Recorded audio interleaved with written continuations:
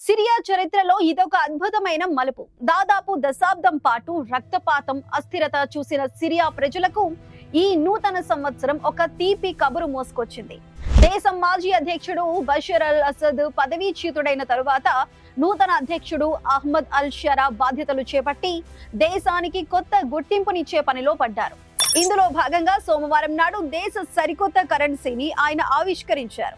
ఈ నోట్లలో గమనించాల్సిన అతిపెద్ద మార్పు ఏంటంటే, దశాబ్దాలుగా నోట్లపై రాజ్యమేలిన అసద్ కుటుంబ సభ్యుల చిత్రాలు ఇప్పుడు చరిత్రలో కలిసిపోయాయి. అసద్ ఫోటోల స్థానంలో ఇప్పుడు సిరియా ప్రకృతి సంపద మెరుస్తోంది.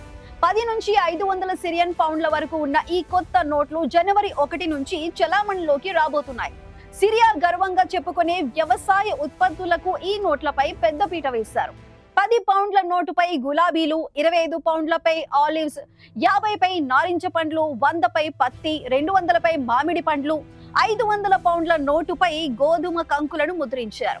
వ్యక్తుల పట్ల ఉండే భక్తి నుండి దేశాన్ని దూరం చేసి జాతీయ గుర్తింపును పెంచటమే తమ లక్ష్యమని పాలకులు చెబుతున్నారు. అయితే ఈ మార్పు వెనుక కేవలం రాజకీయాలే కాదు, ఒక బలమైన ఆర్థిక వ్యూహం కూడా ఉంది. సిరియాలో ద్రవ్యోల్బణం ఎంతలా పెరిగిందంటే, ఒక చిన్న బ్రెడ్ ముక్క కొనాలన్నా వేల సంఖ్యలో పౌండ్లు చెల్లించాల్సి వచ్చేది. అందుకే ప్రభుత్వం పునర్నామకరణం ప్రక్రియను చేపట్టింది. ప్రతి నోటు మీద ఉన్న 2 సున్నాలను తొలగించింది. అంటే నిన్నటి వరకు 10,000 పౌండ్లు ఉన్న వస్తువు ధర ఇప్పుడు కేవలం 100 పౌండ్లు మాత్రమే అవుతుంది. దీనివల్ల వస్తువు విలువ మారకపోయినా లెక్కలు సులభతరం అవుతాయి. కరెన్సీపై ప్రజలకు మళ్లీ నమ్మకం పెరుగుతుంది. కొత్త నోట్లను విడుదల చేస్తూ అధ్యక్షుడు అహ్మద్ అల్ షరా ఉద్వేగభరితమైన వ్యాఖ్యలు చేశారు. ఇది సిరియన్లు ఎన్నో ఏళ్లుగా ఎదురు చూస్తున్న కొత్త శకానికి నాంది. ఇది ఒక పాత ముగింపు మాత్రమే కాదు, ఒక గొప్ప ప్రారంభం అని ఆయన ప్రకటించారు.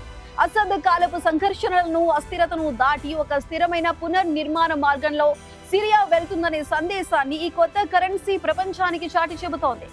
ఆకాశం నుంచి బాంబులు కురిపించిన చోట ఇప్పుడు గులాబీలు, నారింజ పండ్లు పూస్తాయన్నది సిరియా కొత్త ఆశ.